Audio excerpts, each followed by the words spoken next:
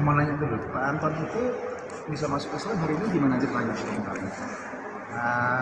Awalnya saya datang ke rumah makan gratis. Awalnya dari makan di rumah gratis. Disuruh masuk Islam nggak makan rumah itu? Oh enggak, Nggak dipengaruhi ya? Enggak. Agama apa aja?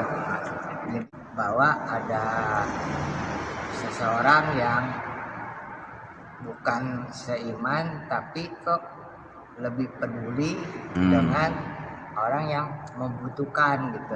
Bisa ikutin contoh Pak Haji. Amin, Allahumma amin. Ya. Sebaik-baik dalam Islam itu, amal yang terbaik dalam Islam adalah memberi makan orang yang membutuhkan. Iya. Jadi memang dari hati Pak Anton sendiri ya, alhamdulillah. Mama beragama non Islam, ya, dan agama Kristen. Apakah Pak Anton sudah sunat? Belum. Bersedia ya, nanti langsung sunat ya. Kita sudah didengar oleh para saksi keterangan dari Pak Anton.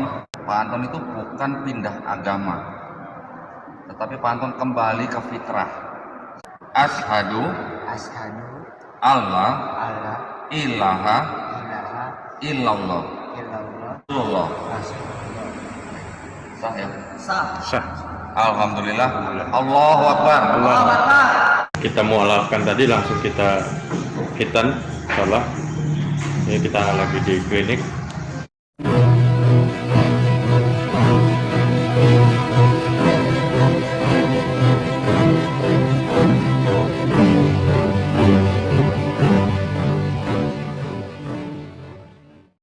Assalamualaikum warahmatullahi wabarakatuh.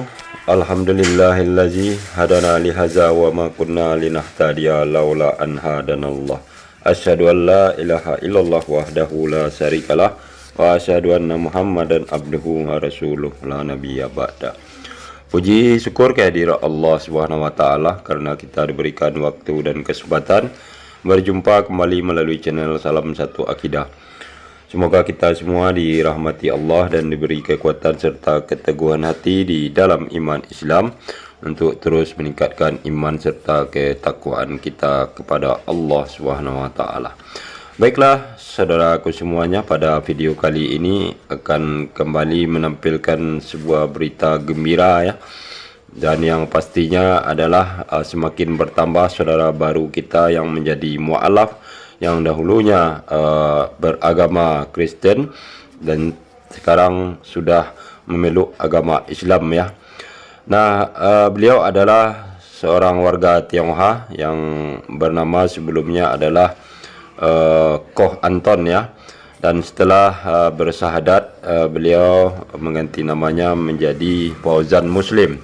Nah, yang menarik di sini adalah ketika Koh Anton ini bersahadat dipandu langsung oleh seorang mu'alaf juga, yaitu Koh Dondi Tan ya, dan juga didamping oleh saudara Aristo.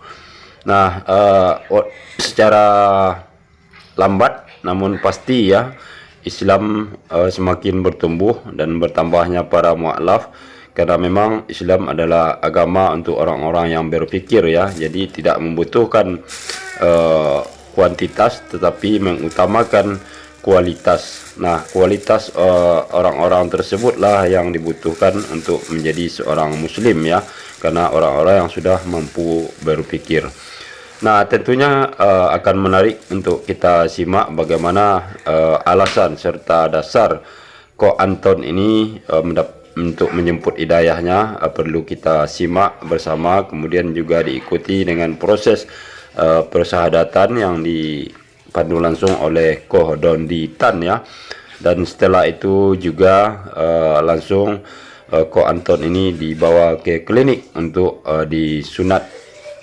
Nah, bagaimana video selengkapnya? Langsung saja kita simak. Selamat menyaksikan.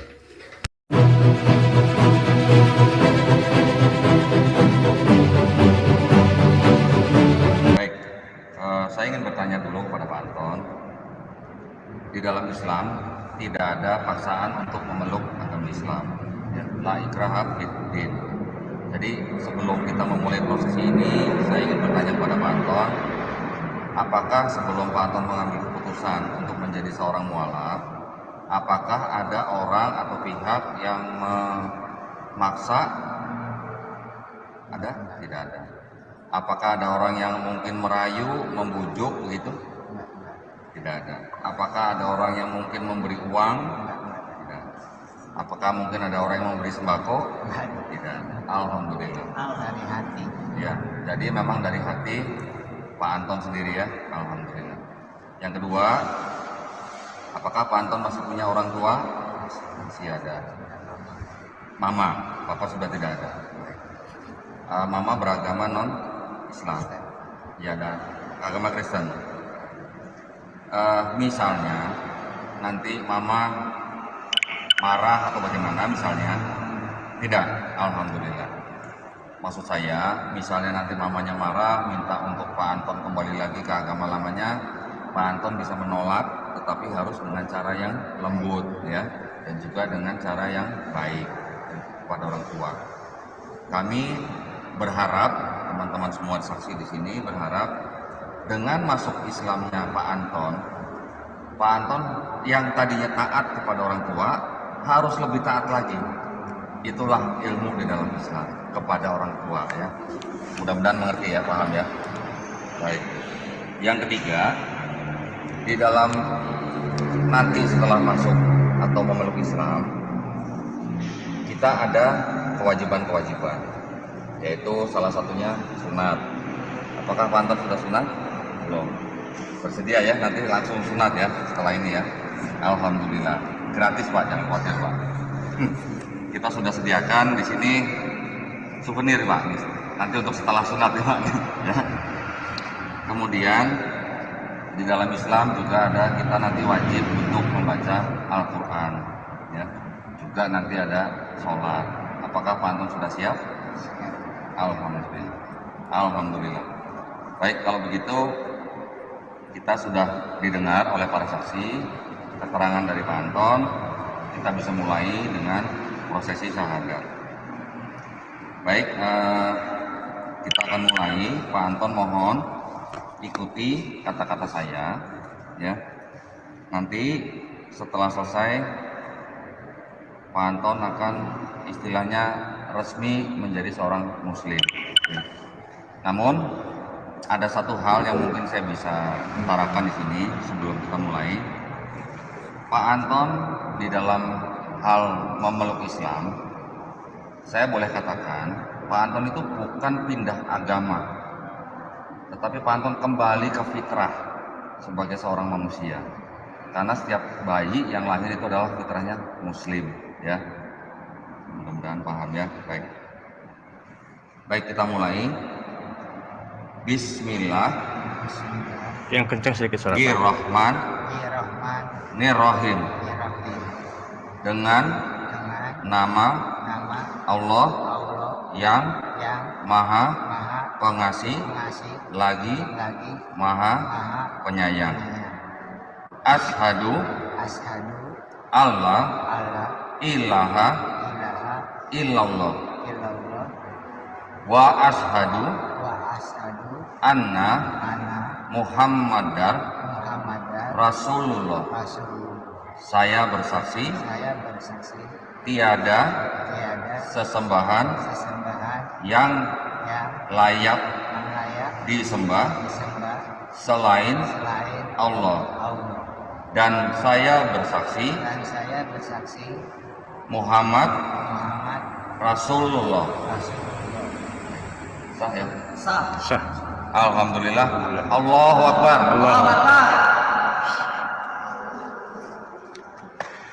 Sudah muslim, alhamdulillah.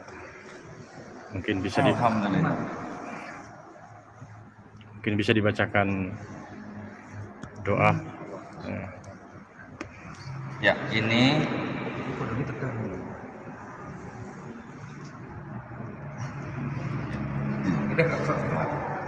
baik, ini ada souvenir dari kami, ya.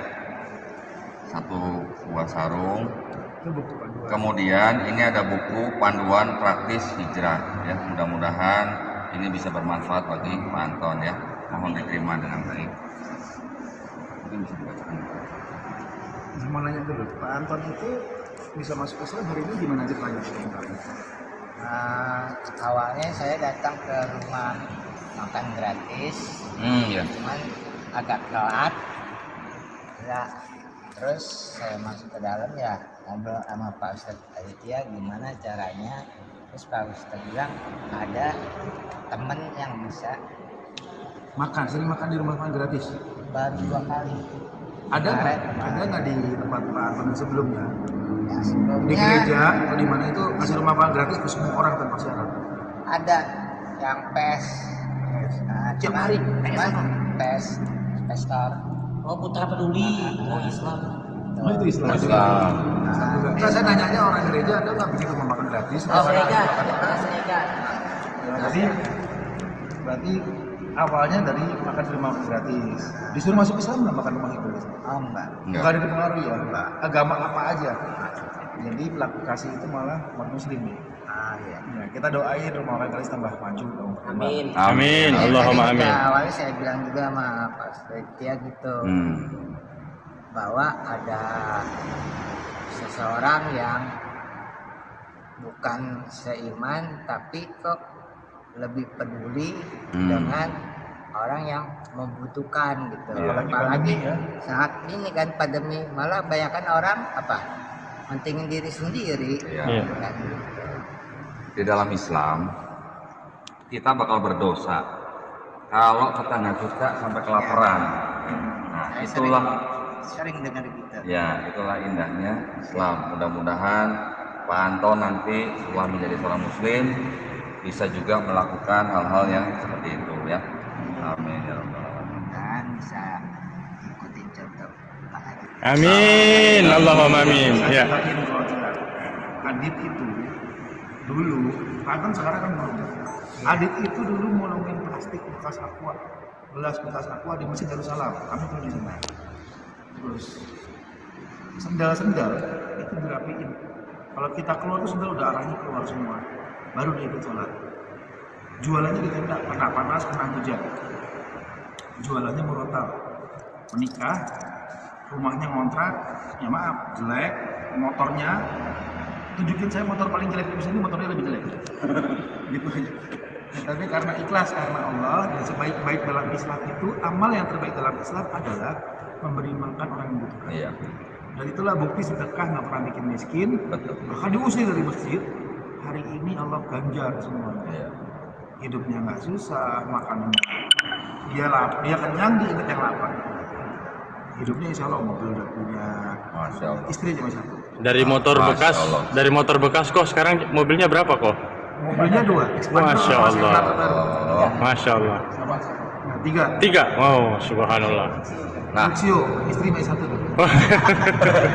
bedanya dengan orang atau apa namanya kafir, mereka berbuat baik, Allah ganti, tetapi gantinya di dunia. Tetapi kalau kita, alhamdulillah sebagai muslim, kita berbuat baik untuk sesama, Allah ganti di dunia dan di akhirat. Itulah bedanya. Ya, mudah-mudahan inilah ya bisa mengikuti jejak nih, mengikuti jejak besar. Habis ini nanti belajar, semua orang akan diajari sama Mas Adit bagaimana membuat makanan gratis dengan biaya sangat murah. Bahkan Pak Anton bisa dagang mie ayam sendiri. Nah, Di sini kita belajar sama Mas Adit. modalnya nanti nggak usah pikirin. Oh. Itu modalnya insya Allah dari Jakarta aja cukup. Amin. Oh ya, Pak Dondi. Siap. Oke, sahabat Ikon Villa, sahabat Ikon Villa sudah dengarkan sama-sama bagaimana pengakuan Pak Anton. Sekarang saya memanggil beliau dengan Pak Fauzan. Jadi setelah prosesi syahadat tadi, alhamdulillah kami menghadiahkan nama untuk beliau menjadi Fauzan Muslim. Ya. Jadi prosesi syahadat tadi ba'da asar. Tadi di awal sudah saya sampaikan, ketika waktu sholat asar beliau belum mengucapkan syahadat, jadi belum diizinkan untuk melakukan ibadah sholat. Setelah ba'da asar, beliau kita syahadatkan. Setelah syahadat, kita sholat berjamaah maghrib, ya, isya juga berjamaah. Setelah selesai isya berjamaah, kemudian kita melakukan prosesi khitan atau sunat. Karena sunat ini adalah ajaran yang diperintahkan di dalam Bible bahwa umatnya untuk bersunat. Jadi kemudian ini adalah salah satu perintah kalau di dalam Al-Quran kita mengikuti milah Ibrahim. Ya. Sehingga alhamdulillah Koh Fauzan Muslim resmi menjadi seorang Muslim dan mengikuti milah Ibrahim. Dan ini kita akan saksikan bagaimana kemudian prosesi hitannya. Assalamualaikum warahmatullahi wabarakatuh. Ya, jadi ini yang kita mau lakukan tadi langsung kita hitan, insyaallah. Ini kita lagi di klinik.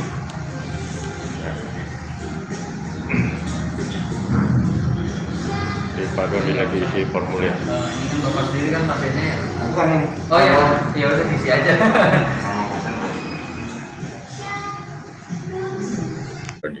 Ya, jadi alhamdulillah tadi karena saya nggak boleh ngerekam proses sunatnya, jadi mohon maaf nggak ada videonya ya. Tapi alhamdulillah tadi operasi kecil sunat yang sudah dilakukan oleh dokter di daerah Metropolitan Land ya, perumahan Metropolitan Mall Cilengsi. Alhamdulillah berjalan lancar dengan dalam waktu yang tidak terlalu lama. Kemudian setelah selesai sunat, kita antar beliau ke rumahnya di daerah Pinang Ranti, Taman Mini ya, Jakarta Timur. Ya, alhamdulillah tadi juga gimana ya? Di dalam mobil juga tadi kelihatannya tuh mukanya tuh Sangat cerah gitu ya, Cerah, maksudnya apa gimana? Saya tanya, tadi saya sempat tanya, ya. Pak Anton, dulu waktu di gereja atau di rumah ya, atau masih Kristen gitu ya, Betul. kalau berdoa kan selalu ditutup dengan kata-kata dalam nama Yesus gitu kan? Yesus, ya. Dalam nama Putra Bapa dan Roh Kudus, tergantung ya. Ada beberapa penyebutan ini. Ya, tapi biasanya kalau menutup doa kan selalu dengan dengan kata-kata dalam nama Yesus Dalam Kristus nama kami Yesus. berdoa gitu kan. Kami Misalnya kan. Terus katanya gini, Pak Anton kan berarti kan dulu kan menganggap bahwa Yesus itu kan Tuhan gitu kan. Iya. Sekarang Pak Anton udah jadi Muslim, perasaannya Pak Anton gimana? Kecewa nggak gitu? Iya. Oh, Yesusnya udah nggak jadi Tuhan lagi gitu. Betul. Jadi Pak Anton jawab, saya justru malah merasa lega gitu. Insya Allah. Leganya kenapa katanya? Karena akhirnya saya bisa berurusan langsung dengan Sang Pencipta. Betul. Saya tidak menuhankan manusia gitu. Betul. Masya Allah. Betul. Berarti beliau sudah, artinya sudah apa ya namanya? Secara prinsip gitu ya, beliau sudah sadar Iya. bahwa memang tidak seharusnya kita menuhankan seorang manusia gitu ya. Betul. Nah, senang sekali kita di mobil tadi, walaupun dia katanya nyeri-nyeri dikit habis disunat gitu, tapi kita, Masya Betul, Allah, betul. kita Ya, ketawa-ketawa terus tadi ya. Alhamdulillah. mungkin tadi ada mungkin kok sore baru ditayangkan sekarang karena tadi kita mengunjungi panti anak yatim piatu. Nah, ya. Ya, jadi kita lebih lama di sana. Kemudian tempat yatim piatu itu kita sholat maghrib berjamaah sama saudara kita Fauzan Muslim. Ya, saya tidak memanggil beliau lagi Ko Anton karena namanya sudah Fauzan Muslim. Ko. Ya. Nah, jadi di sana kemudian kita makan bareng di sana, kemudian ada sedikit kajian ya, kajian kira-kira gitu. Dan di Yayasan Yatim Piatu ini ada beberapa juga para mualaf ya. Mungkin pemilik dari yayasan saya tidak bisa sebutkan di sini ya, yang jelas di yayasan itu. Nah, kemudian ada beberapa juga anak dari mantan Kristen ya, ya mereka pesantren di sana dan mereka alhamdulillah sedang menghafal Quran beberapa surah. Iya, Ada yang sudah mungkin sampai 15 juz Iya. mereka di sana penghafal Quran anak-anak Mukanya tuh pada ceria semua gitu. pada ya? ceria semua gitu. Iya. Nah, jadi ikon fillah bahwa innad dina indallahi Islam. Agama yang diterima di sisi Allah hanya Islam. Ya. Dan saya tadi juga sempat berkomunikasi dengan beliau sebelum prosesi syahadat. Apa yang kemudian mendorong Koh Fauzan Muslim memilih menjadi seorang Islam? Kemudian apa pandangan Koh Fauzan tentang sosok Yesus Kristus? Jadi dengan tegas beliau katakan bahwa pencariannya di dalam kitab suci yang dia imani, ya, bahwa dia tidak menemukan di dalam kitabnya Yesus adalah Tuhan. Begitu. Ternyata di dalam kitab sucinya ya yang diimani oleh sahabat-sahabat Kristiani adalah kitab suci ya.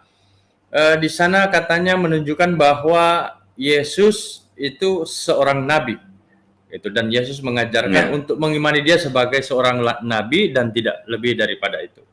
Nah, yang paling mengagetkan saya bahwa dia memilih Islam karena dia tidak pernah mendengar suara Allah Tuhan yang disembah oleh Muslim dan tidak pernah melihat wajah daripada Tuhan yang disembah oleh orang Muslim. Dan itu ternyata di dalam kitab sucinya tercatat dan tertulis dengan indah di dalam Yohanes pasal 5 ayat yang ke-37. Begitu. Mungkin nanti bisa Pak Dondi tampilkan.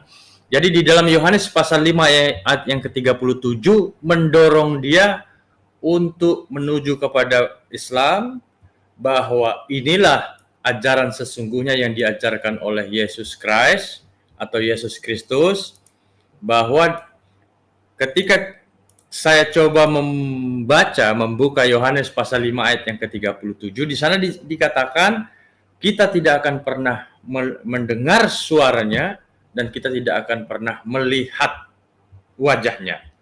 Jadi kalau Yesus terlihat, artinya di dalam ayat itu Yesus bukanlah Tuhan, gitu. Dan ini betul-betul sesuai dengan Alkitabiah, begitu.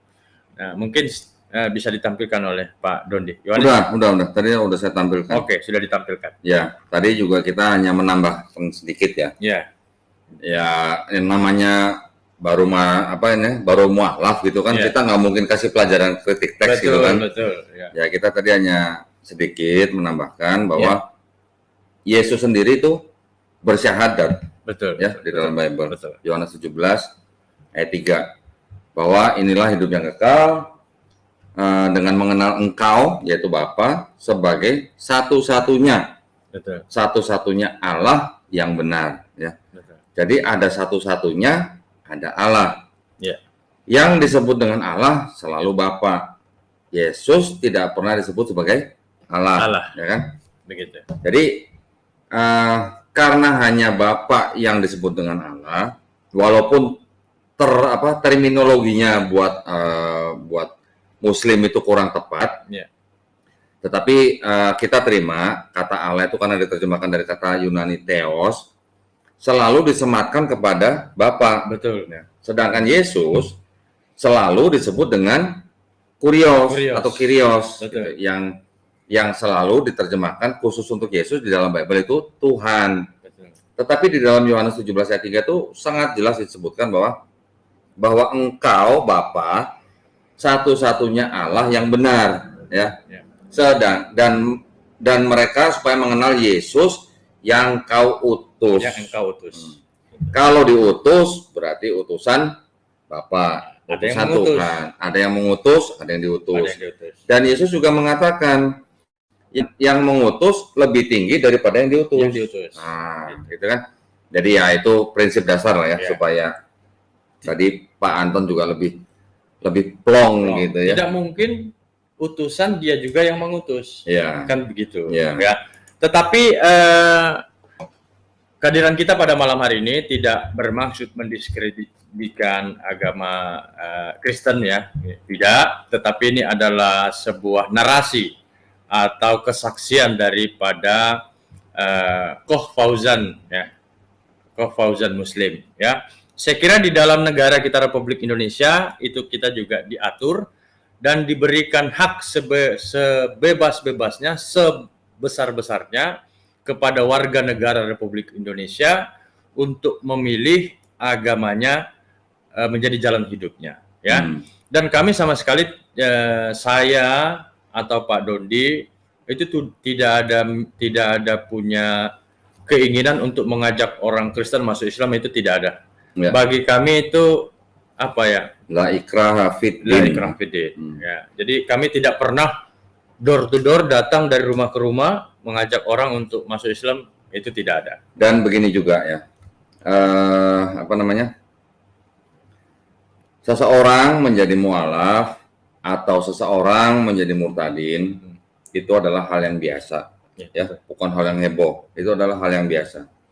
Dan setiap warga negara, tadi seperti kata Aristo juga, berhak dan dilindungi haknya ya oleh negara untuk memeluk agama dan menjalankan sesuai dengan kepercayaannya masing-masing. Iya. Jadi artinya tidak ada yang namanya pemaksaan ya, atau bahkan sampai adanya kekerasan, itu tidak ada. Itu adalah hal biasa ya bagi kita sebagai Muslim.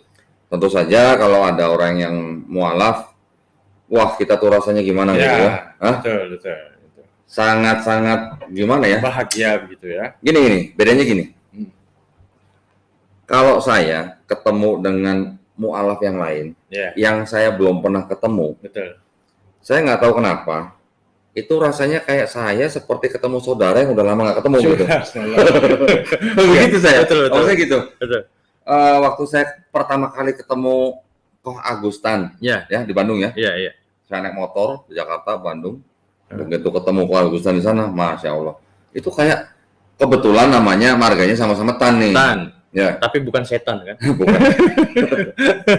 Yang bilang setan itu bisa yang syirik gitu. Oh begitu. Jadi begitu ketemu saya sama Koh Agustan tuh, masya Allah, itu udah kayak saudara yang udah lama kali nggak ketemu. Plok, bisa kita sambil langsung pelukan gitu, masya Allah ya rasanya. Iya. Begitu juga tadi waktu kita melihat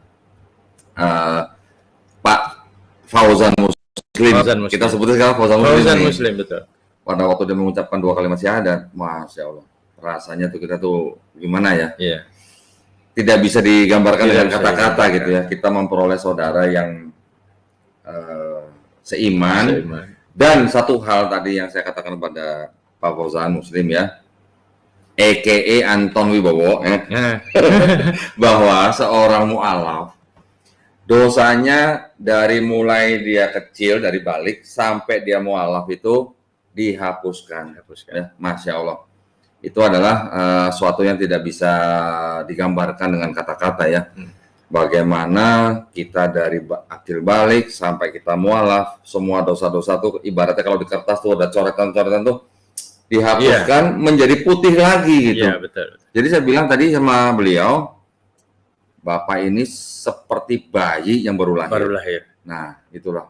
Itu juga dia sangat bahagia mendengar itu. Tapi memang sebelum beliau sebelum beliau prosesi syahadat tadi, memang beliau terlebih dahulu sudah mempelajari Islam. Ya. Bahkan beliau sudah bisa wudu, beliau sudah bisa baca Al-Fatihah. Gitu. Bahkan tadi saking semangatnya mungkin karena sudah mengikrarkan 2 kalimat syahadat, saya masih wudu, dia sudah duluan di dalam masjid. Dia sholat sunnah tadi kan. Tapi dia belum hafal surat Quran ya. Dia cuma hafal surat Al-Fatihah saja. Dia hanya hafal surat Al-Fatihah saja. Ya, kita tadi menyemangati dia untuk tetap terus belajar. Menghafal Quran, dimulai dengan surat-surat yang pendek supaya dia bisa pakai dalam sholatnya gitu. Betul. Ya. Dan Alhamdulillahirabbil alamin ya. Puja dan puji kepada Allah Subhanahu wa taala. Bagaimana Allah menunjukkan kemahakuasaannya ya untuk memilih serta menetapkan orang-orang yang sudah dikehendaki untuk diberikan petunjuk serta hidayah.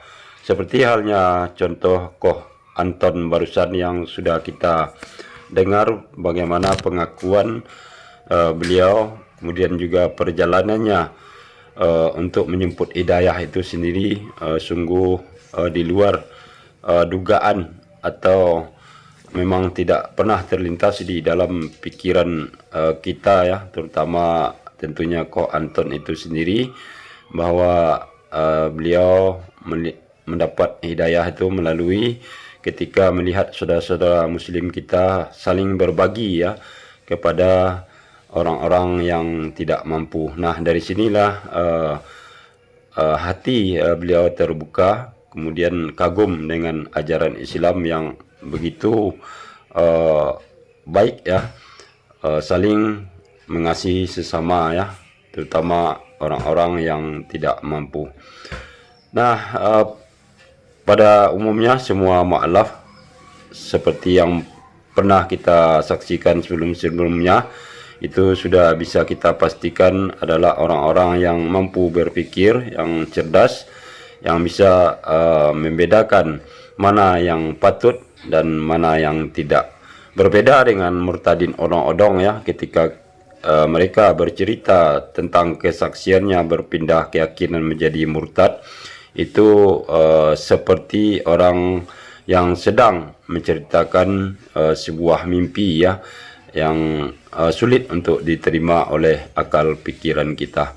Nah, demikianlah saudaraku semuanya, dan kita doakan Koh Anton atau Koh Fauzan Muslim ini untuk terus belajar tentang agama Islam ya, dan tentunya kita bermohon kepada Allah supaya beliau tetap dibimbing di jalan yang benar, yaitu di dalam agama Islam yang diridhoi. Terima kasih atas perhatiannya. Assalamualaikum warahmatullahi wabarakatuh.